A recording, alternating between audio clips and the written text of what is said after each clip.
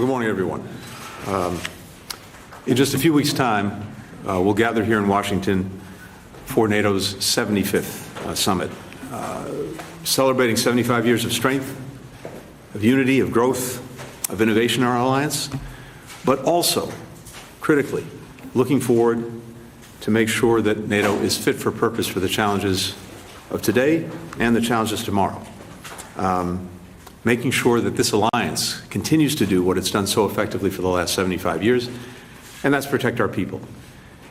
And I think it's an opportunity as well to remind all of our citizens about the power of collective defense.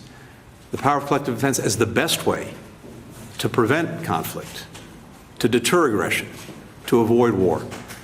Because at the heart of NATO is a commitment from each ally to come to the defense of any other ally that may be the victim of aggression.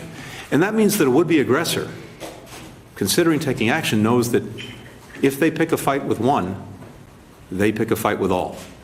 And that is the most effective, powerful way to do what we all want to do, which is to prevent war from occurring in the first place. So these investments that we're making in our defensive alliance are the best possible investments we can make in preventing conflict, avoiding conflict, deterring aggression. The Secretary General and I were together in Prague with all of our allies just a couple of weeks ago, working through the key decisions ahead of the July summit. And of course, critically, the Secretary General was here with President Biden yesterday, working to help finalize these details, and very important ones. We continue that conversation today. We have very ambitious commitments that we're making as an alliance going forward. We're demonstrating our enduring support for Ukraine and providing a strong bridge to Ukraine's membership in the alliance. We're establishing a NATO command in Wiesbaden, coordinating training, security assistance, equipment, its transfer, its repair, its maintenance. We're strengthening our collective deterrence and defense. We're implementing the robust plans that allies agreed to, the most robust plans for defense and deterrence since the end of the Cold War, meeting the long-term challenge that Russia poses to the transatlantic alliance and to security. We're growing our defense industrial bases to make sure that all of our countries can effectively produce what's needed for our defense. And critically, and you heard President Biden and the Secretary General address this yesterday, we are boosting our burden sharing, making sure that every ally is standing up and carrying the weight of our collective defense. As the Secretary General announced yesterday, 23 allies out of the 32 now meet the 2% target, the target of spending 2% of GDP on defense, a target established in 2014 at the Wales Summit when President Biden took office in 2021. 9 allies were meeting that mark. Now it is 23. And we've also seen, as the Secretary General said yesterday, an 18% increase in defense spending across the alliance. That's the largest in a decade. And it is necessary to meet the challenges of this time. We're also making sure that our alliance is strengthening partnerships with other countries, including countries out of the transatlantic area, particularly deepening coordination, deepening cooperation with partners in the Indo-Pacific who will be present at the summit, as well as within the transatlantic community with the European Union, a critical partner for all of us. The alliance recognizes that security challenges in one part of the world impact another, and vice versa. So what's happening in the transatlantic space has real consequences and implications for the Indo-Pacific and other areas, just as what's happening in the Indo-Pacific space has real implications for our own alliance. And there's a recognition of that, and that recognition is turning into concrete and strong partnerships. Prime Minister Kishida may have said this best in the context of Ukraine, when he said what's happening in Ukraine today may well be happening in East Asia tomorrow. We're also adapting and building resilience to emerging threats, and this is also something that you'll see underscored at the summit. Cyber, hybrid attacks and threats, as well as other challenges to security that we've seen manifest themselves in different ways in recent years, including things like pandemics. NATO has to be fit for purpose to deal with all of these. 2 other points I want to make quickly before turning it over to the Secretary General. I mentioned already that the summit will focus on bolstering Ukraine's long-term success. From day one, As the battlefield has evolved, so too is our support for Ukraine. Partners, the alliance, the United States, have all adapted and helped Ukraine deal with what it had to deal with in terms of warding off this Russian aggression. Now, thanks to the supplemental, which passed Congress after many months, but it did pass, and it passed with overwhelming bipartisan support, we've now been working these recent weeks to speed all of that assistance to the front lines, to make sure that Ukrainians have what they needed in hand to deal with the ongoing Russian aggression. And we've seen, I think, that be very effective in terms of stabilizing the front lines and making sure that the Russians could be stopped in their offensive. It's making a big difference. Of course, as we've said all along, what makes the biggest difference is the extraordinary courage and resilience of the Ukrainians themselves, both in dealing with the challenges in Kharkiv and in the east, but also taking the fight as necessary to Russia in Crimea, as well as in the Black Sea. The bilateral assistance agreement that the United States signed just a few days ago, President Biden and President Zelensky, that marks now the, I think, 17th bilateral security agreement that's been signed since President Biden announced this initiative on the margins of the G7 a year ago. And by the time of the summit, we expect that the NATO summit, we expect that some 20 countries and maybe more will have concluded their bilateral security agreements with Ukraine. This is proof, clear proof, that all of our countries are with Ukraine for the long haul. And that if Mr. Putin is counting on outlasting Ukraine or outlasting any of us, he is misguided. He's wrong. And again, I think you'll see at the summit further emphasis on that. We're also, as necessary, imposing new sanctions on Russia to keep the pressure on so that the aggression ultimately ends. And among other things, we're looking at countries that are supporting Russia's defense industrial base, which is allowing Russia to continue the war, including China. As President Biden's made clear, we have a real concern not with weapons being supplied by China to Russia. That's not what they're doing. What they are doing, as you've heard me discuss many times, is providing critical support to Russia's defense industrial base. Some 70% of the machine tools that Russia's importing are coming from China. 90% of the microelectronics coming from China, and that has enabled Russia to keep that defense industrial base going, to keep the war machine going, to keep the war going. So that has to stop. We, as well, are doing everything we can to provide the necessary support to Ukraine beyond the supplemental. You saw partners come together across the G7 and beyond to be able to use effectively some of the Russian sovereign assets that are primarily in Europe and that now are being leveraged to provide some $50 billion to Ukraine in additional assistance, and we'll continue to look at that. We had a very effective recovery conference just a few days ago as well, looking at other forms of enduring support for Ukraine, including in the energy sector. The bottom line is this. The Ukraine strategy that we've had and that we've been acting on individually and collectively now for nearly 2.5 years is showing effective results in making sure that Ukraine can ward off Russian aggression, and it's done that remarkably. Keep in mind, Putin's objective from day one was to erase Ukraine from the map, to end its existence as an independent country, to subsume it into Russia. That has failed. But going forward, we want to make sure that Ukraine is a success, that it stands strongly on its own feet, militarily, economically, democratically. And that's exactly what we're enabling Ukraine to do. And that is the mark of success going forward. Again, decisions that will be made at the summit will further that effort, and more to be said in a few weeks' time. Finally, heading into the 75th summit, we have an alliance that is stronger, that is bigger, that is more fit for purpose than at any time in recent years. That's thanks to the effort that every ally has made, the commitments that every ally has made, but it's also fundamentally thanks to the leadership of one individual, and that is the person standing beside me, the Secretary General of NATO for this past decade, Jens Stoltenberg. Jens, you have led the alliance at a time of historic change, historic challenge, and the results are there for everyone to see. This would not have happened without your leadership, and it's truly been extraordinary. Now, some of you know that the The Secretary General is particularly fond of numbers, likes to recite them. I understand that you even told one interviewer that if you could bring just one book to a desert island, it would be a book on statistics. I have things I could say about that I won't, but let's just remind a few numbers, a few statistics, because they do show what's happened over this remarkable decade of the Secretary General's leadership. 4 new allies in our alliance: North Macedonia, Montenegro, Finland, Sweden. Multinational battle groups in 8 countries, enhancing NATO's forward defense posture.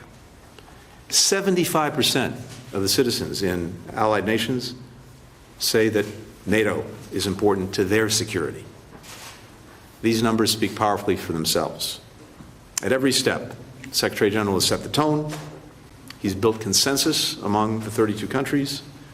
His vision, his achievements will pay dividends for this alliance far into the future. So, Jens's contributions ultimately can't be fully quantified, but neither can the gratitude of the United States and all of our allies. To you, Mr. Secretary General.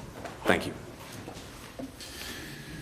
Secretary Blinken, dear Tony, thank you for your kind words, and thank you for your support throughout these years in different ways. Thank you also for your very strong commitment to NATO, to our transatlantic alliance. And let me also thank you for your tireless efforts to end the suffering in the Middle East. NATO was founded in Washington 75 years ago. Since then, the alliance has been the ultimate security guarantee for all our members. Standing together, we prevent war and preserve peace. In NATO, the US has 31 friends and allies. Together, allies represent half of the world's economic and half of the world's military might, advancing US interests and multiplying America's power. NATO makes America stronger. Yesterday, as you mentioned, Secretary Blinken, with President Biden, I announced that NATO allies are making major increases in defense spending.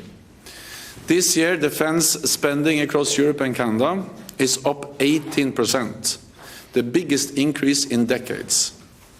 23 allies will meet the target of spending at least 2% of GDP on defense. This is more than twice as many as just 4 years ago. Since 2014, Europe and Canada have added over 640 billion extra in defense spending. This demonstrates a historic improvement in burden sharing within NATO. It shows that the United States does not need to shoulder the burden alone, and that the US has a strong alliance in which allies are stepping up year after year. And much of this increased defense spending is spent right here in the United States. Over the past 2 years, European allies have signed contracts with American companies worth 140 billion US dollars. Since 2014, NATO has undergone the most significant transformation in our collective defense in a generation. We have put in place the most comprehensive defense plans since the Cold War. We have 500,000 troops at high readiness, and we have doubled the number of battle groups in the eastern part of the alliance. And with Sweden and Finland as members, we are stronger than ever. Russia's war in Ukraine is a brutal assault on a peaceful democratic nation. This war is propped up by China, North Korea, and Iran. They want to see the United States fail. They want to see NATO fail. If they succeed in Ukraine, it will make us more vulnerable and the world more dangerous. So our support to Ukraine is not charity, it is in our own security interest. We all want this war to end, but the Russian occupation of Ukraine offers no peace, and capitulation to Putin offers no security. The stronger our support, the sooner the war will end. Which is why I welcome the 10-year bilateral security agreement between the United States and Ukraine. Europe is also doing its part, matching US efforts in Ukraine. And at the NATO summit this July, here in Washington, I expect European allies and Canada to come forward with more financial and military support, and that leaders will agree that NATO takes the lead in coordinating the security assistance and training for Ukraine. All of this will reduce the burden on the United States. Secretary Blinken, I thank you and the US for hosting the summit, which we all are looking forward to attend. At the summit, we will celebrate the 75th anniversary of the most successful alliance in history, but also make important decisions for the future. Thank you. The first question goes to Humaira Pamuk with Reuters. Thank you, Matt. Mr. Secretary General, I'm very glad you like numbers. I have a number of questions in true Washington fashion, multi-part questions that Secretary Blinken is particularly fond of. Number 1 is a very good number. Let me start with Gaza, and I'll turn to NATO. Mr. Secretary, Israeli Prime Minister Benjamin Netanyahu posted about an hour ago, conveniently timed for this press conference, a video talking about U.S. pause on some weapons to Israel, and said you assured him last week that U.S. is working to remove those bottlenecks. Is this an accurate characterization of what you told him? If not, what did you tell him? Will the U.S. remove its holds on these bombs? And finally, have the ceasefire negotiators made any progress since last week? Are you more or less optimistic today about the prospects of a deal? Let me turn to both of you. Russian President Vladimir Putin is going to North Korea, a first in 24 years. And the partnership of Russia, China, and North Korea seems to be solidifying and emerging as a front against West's rules-based order. How concerned are you about this partnership? Mr. Secretary General, particularly for you, do you see a collective NATO role to contain this emerging front? And back to both of you again, what specifics do you have on how much North Korea is contributing to Russia's war machine? And what is your understanding that what Moscow is giving Pyongyang in return? Thank you. Thanks, Mara. So on the questions regarding Israel and Gaza, first, it's very important to remember that our security relationship with Israel goes well beyond Gaza. Israel is facing a multiplicity of threats and challenges, including in the north from Hezbollah, from Iran, from the Houthis in the Red Sea, from various groups that are aligned against Israel and in many cases beholden to Iran. So the President's been very clear from day one that he will do everything he can to make sure that Israel has what it needs to effectively defend itself against these threats.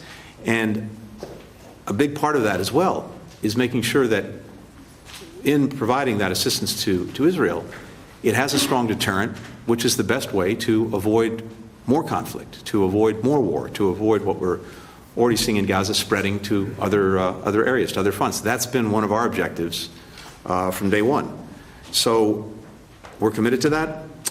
We, as you know, are continuing to review one shipment that President Biden has talked about with regard to 2,000-pound bombs because of our concerns about their use in a densely populated area like Rafah. That remains under review. But everything else is moving as it normally would move. And again, with the perspective of making sure that Israel has what it needs to defend itself against this multiplicity of challenges. With regard to the ceasefire negotiations, and you heard me talk about this at length during our trip, I'll just remind everyone once again that the entire world came together behind the proposal that President Biden laid out a few weeks ago. The entire world, with one exception, and that was Hamas. Hamas came back with, after everyone else had said yes, including Israel, reconfirmed to me by Prime Minister Netanyahu when I was in Israel. Hamas came back with new conditions, new demands, including demands and conditions that actually went beyond what it had already previously accepted. So we're working to see if we can bridge the gaps that Hamas has now created by not saying yes to the proposal that everyone else had agreed to, that was endorsed by the United Nations Security Council, countries around the world. And we have the negotiators, the mediators, Egypt, Qatar in particular, working on this to see if we can bridge the gap.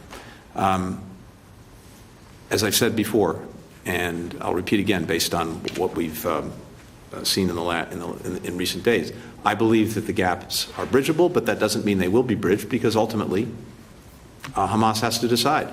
And it could decide again to continue to move the goalposts, to move the line out. If it continues to do that, the net result will be that people will continue to suffer horrifically every single day. And you have to question whether one individual living, we believe, hundreds of feet underground, relatively safe, is putting his own interests and his own views ahead of the interests, the needs of the people that he purports to represent. There could be a ceasefire right now if they had said yes a week ago. So we'll continue to work this with urgency, with determination, to see if we can bridge the gap. But I can't tell you with conviction that we will, because, again, you have Hamas that continues to move the line. With regard to Mr. Putin and his travels to North Korea, look, we've seen, as you've said, Russia try in desperation to develop and to strengthen relations with countries that can provide it with what it needs to continue the war of aggression that it started against Ukraine. And you heard the Secretary General just reference this. North Korea is providing significant munitions to Russia and other weapons for use in Ukraine. Iran has been providing weaponry, including drones, that have been used against civilians and civilian infrastructure. And as I've mentioned a moment ago, the deep concerns we have about China, not in terms of providing weapons, but in providing what Russia needs to keep its defense industrial base going and to produce itself more tanks, more munitions, more missiles. Yes, these are the countries of concern. And with regard to China in particular, as I've said before, it can't, on the one hand, say that it wants better relations with countries in Europe, while at the same time fueling the biggest security threat to Europe as a whole since the end of the Cold War. And President Biden heard that himself from our European partners who are part of the G7 just last week. So we are very much concerned about this, because this is what's keeping the war going. And the fastest way to end the war is for Putin to be disabused of the notion that he can outlast Ukraine and outlast all of Ukraine's supporters, but also if he knows that the fuel he needs for his war machine won't be there anymore. So if China in particular, which professes to have a strong interest in ending the war, if it really means it, it will stop fueling the war machine, and we'll continue to do everything we can to cut off the support that countries like Iran and North Korea are providing. I very much agree with what Secretary Blinken just stated.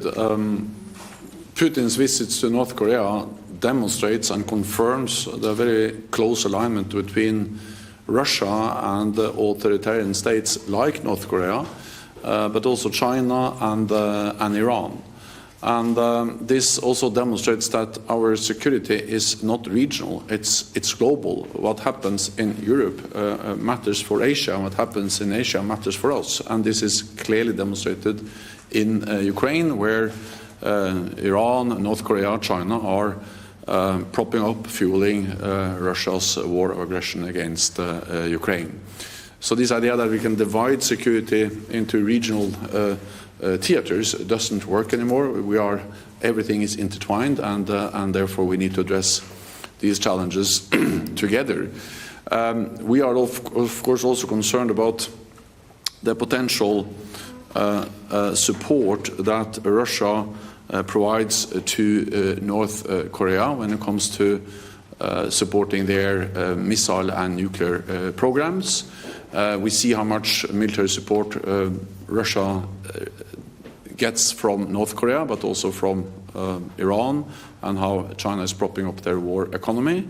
And this is also one of the reasons why at NATO and at the NATO summit here in Washington next month, we will further strengthen our partnership with our partners in the Asia-Pacific region, Australia, New Zealand, South Korea and Japan, also to address the fact that the challenges they see, we see in Asia and Asia-Pacific are directly linked to the challenges we face in Europe. And let me also say that I also fully agree that China cannot have it both ways.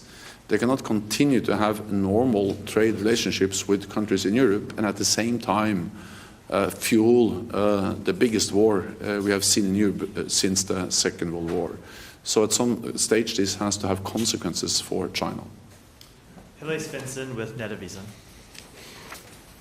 you. My question also goes to both of you. Norway today still has a continued fishing cooperation with Russia. I am wondering how we should approach this moving forward, and if there are, or if you are concerned, or we should be concerned about them taking advantage of this cooperation in light of Russian intelligence. So, which country? Norway, fishing cooperation. Sorry, I know Norway. No, as first of all,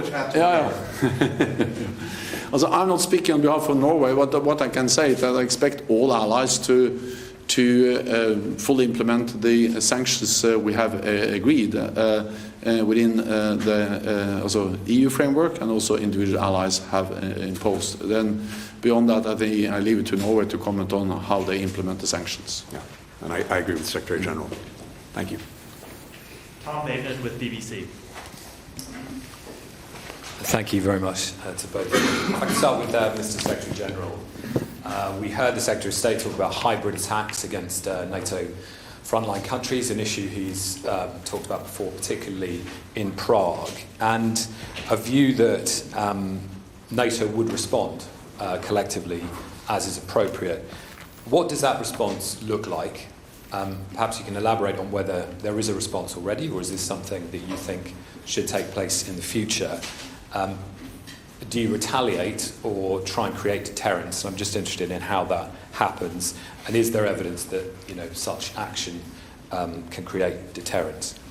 And Mr. Secretary of State, Amos Hochstein has been in the region over the last few days in the Middle East.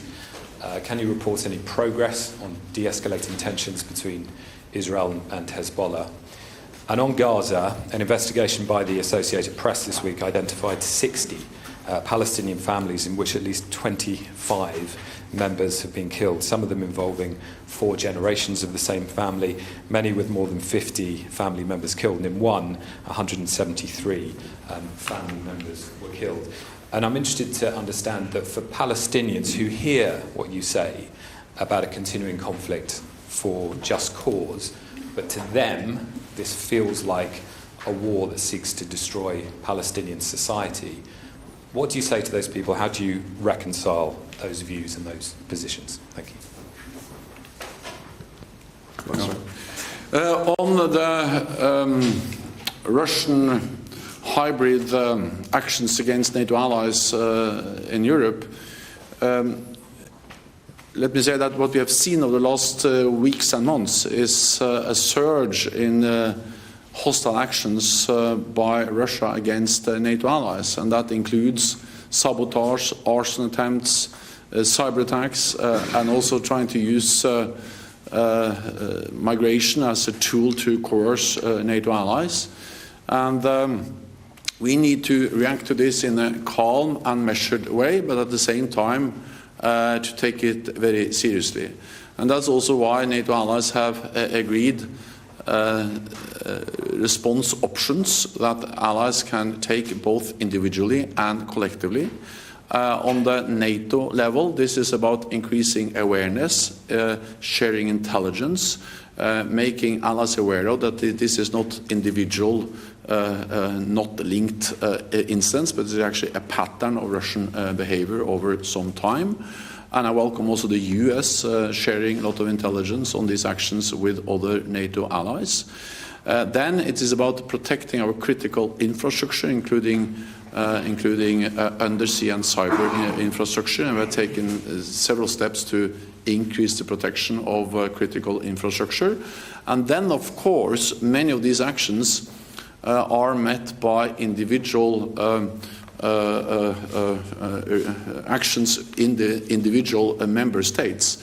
So there have been several arrests across the alliance in the United Kingdom, in Poland, in Germany, in the Baltic countries. We have seen those behind this sabotage actions being arrested, and there are legal processes going on. So there is a mix of collective action by NATO and individual allies taking the necessary legal steps to protect us against this Russian behavior. On Lebanon, so as I mentioned earlier, one of our objectives from day one, since October 7th, has been to prevent this conflict from spreading, including in the north. And as you mentioned, Ms. Hochstein is in Lebanon, in the region, working on this. We've all collectively been working on this for many months and intensely, again, in recent weeks. No one wants escalation. No one wants to see the conflict spread. And one of the paradoxes I think we have in this moment is I don't think any of the potential belligerents actually want to see a war or conflict spread. I don't believe Israel does. I don't believe Hezbollah does. Lebanon certainly doesn't, because it would suffer the most. I don't believe that Iran does. And yet you have momentum potentially in that direction, because with the back and forth that goes on every day, there is always the possibility of miscalculation, of one side not fully seeing what the other is doing. And it's very important to do everything we can to arrest that and to find a diplomatic resolution to the challenge that exists for Israel, as well as for Lebanon. In Israel, there are something like 60 or 70,000 Israelis who've been forced from their homes. They've basically depopulated a big part of northern Israel because of the threat from Hezbollah, because of Hezbollah launching rockets into Israel and making life impossible. There are many Lebanese in southern Lebanon who are also not able to live in their homes and live in their towns. So we're working diplomatically to find a resolution to this so that people on both sides of the line have the confidence to be able to live in their homes and go back to where they live. Now, here again, so much of this comes back to the ceasefire. The most immediate way to empower our diplomacy and to be able to reach an agreement that allows people to return to their homes and live in security would be through a ceasefire in Gaza, because Hezbollah has tied the actions that it's committing against Israel to Gaza. So if we get that ceasefire, I think that will make it more likely that we can find a diplomatic resolution to the crisis in the north. With regard to Palestinian families that you discussed, on a human level, the suffering of little children, men, women, is horrific, and we see it every single day. People who are caught in a crossfire of Hamas's making as a result of a war that Hamas started are suffering every single day. And for all of us, this is a profoundly human tragedy. I've met with Palestinian Americans who've lost multiple members of their own families in Gaza, who shared with me the pictures of a little niece, a little nephew, a brother, a sister, a parent, a grandparent, who's been killed in the months since October 7th. And it's profoundly motivating in the wake of this suffering to want to do everything we possibly can to bring this to an end. The fastest way to do that, and this has been the case now for weeks, for months, is through the ceasefire that we've been working to achieve. And the biggest obstacle to achieving that ceasefire, again, remains Hamas and remains the decisions of perhaps one man who is, we believe, hundreds of feet underground in relative safety, while the people he purports to represent are suffering every single day. So we have to, all of us, put the interests of these many, many innocent families and people first and foremost. And that means that Israel has to do more, continue to do much more, to protect civilians, to make sure that they get the assistance they need. But it first and foremost means that Hamas has to make a decision. Is it actually looking out for the interests of Palestinian people? Is it looking out for its own interests at the expense of the interests of Palestinians who are suffering every single minute in Gaza? Fastest way to bring this to a conclusion tomorrow is through this ceasefire. That's what we're looking to achieve. Can I just follow up just on the point about crossfire, because many of these deaths were in airstrikes, and by definition there is no Palestinian air defense, so this is not crossfire.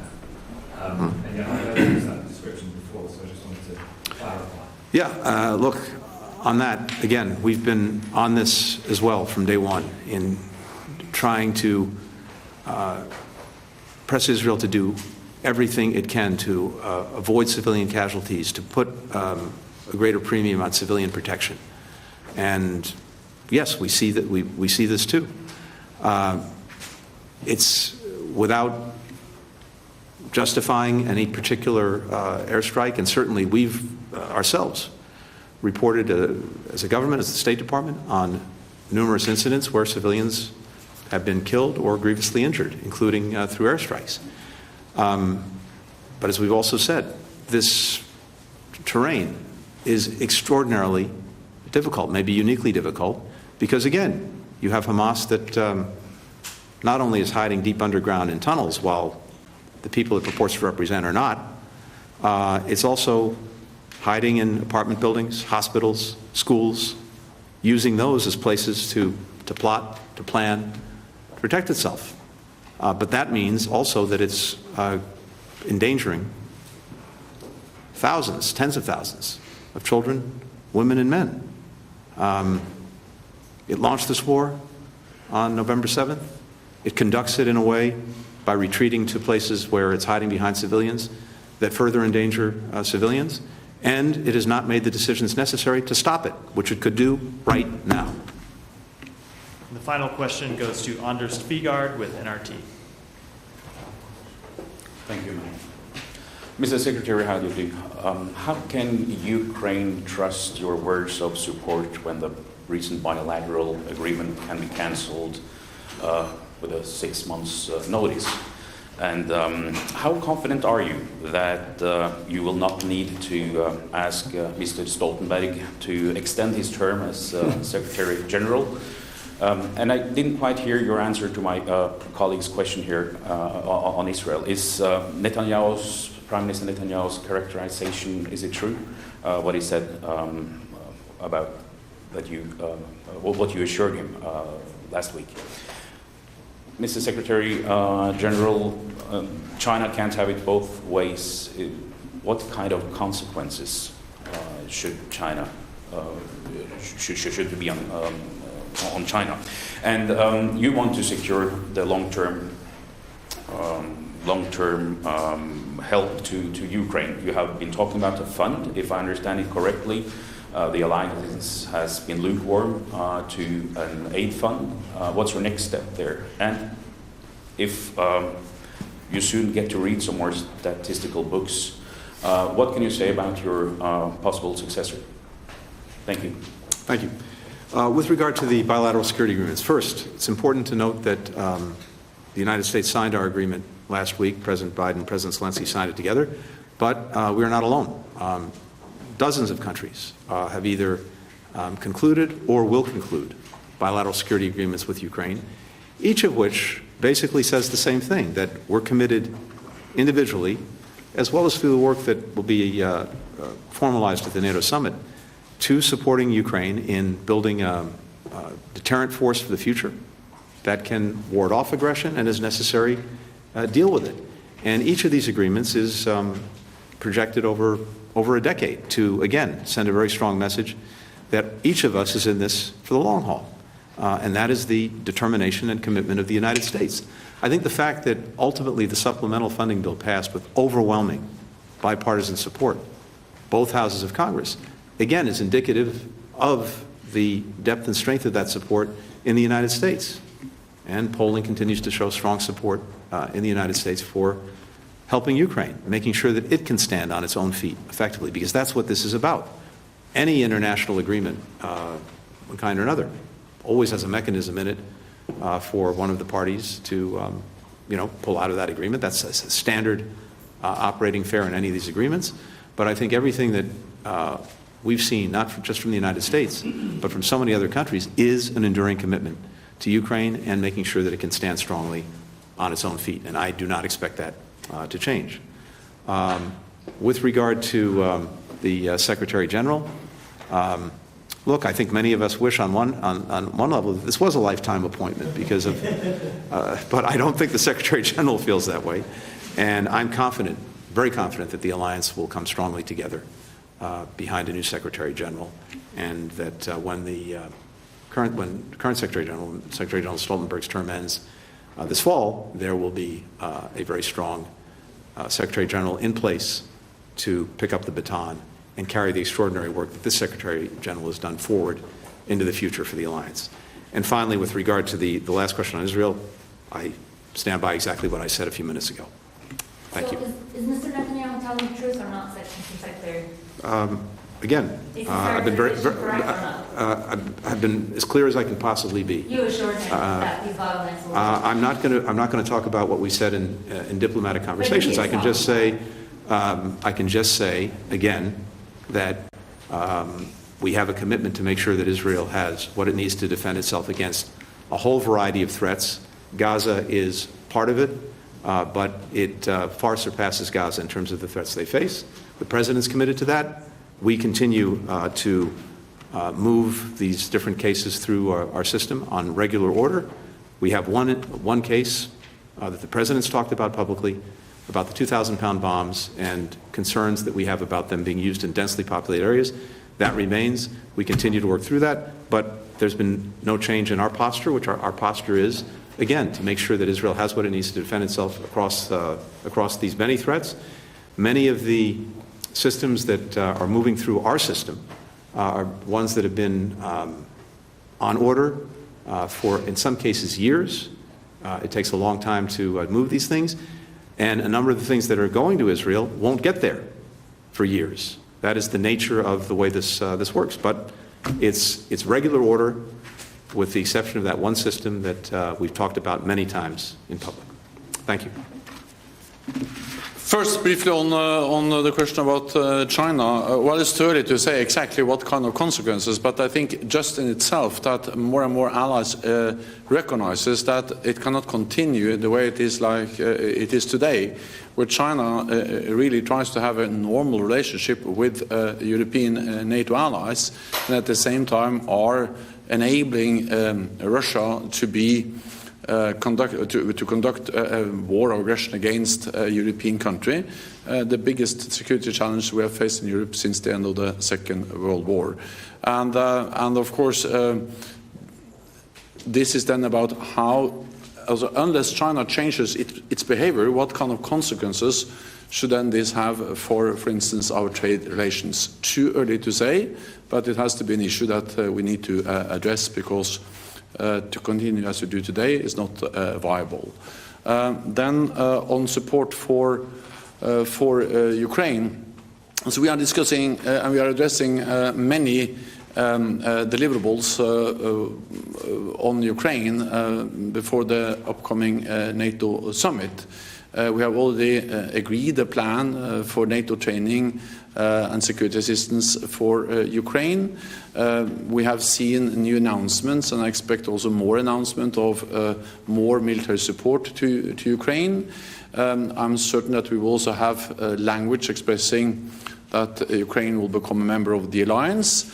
And then you are right that I have also put forward proposals on a more long-term commitment, because I strongly believe that the stronger our support is, the more credible our long-term commitment to Ukraine is, the sooner this war can end. The exact language, what we will agree is what allies are now discussed among allies, but I'm confident we have a good solution agreement by the summit. Then normally I don't say anything about my successor, because it's not for me to select my successor. But with the announcement by Prime Minister Orban today, I think it's obvious that we are very close to a conclusion in the alliance for allies to select the next Secretary General. And I think that's good news. I think Mark Rutte is a very strong candidate. He has a lot of experience as Prime Minister. He's a close friend and colleague. And I therefore strongly believe that very soon the alliance will have decided on my successor, and that will be good for all of us, for NATO and also for me. Thank you. Thanks, everyone. Yeah, thank you.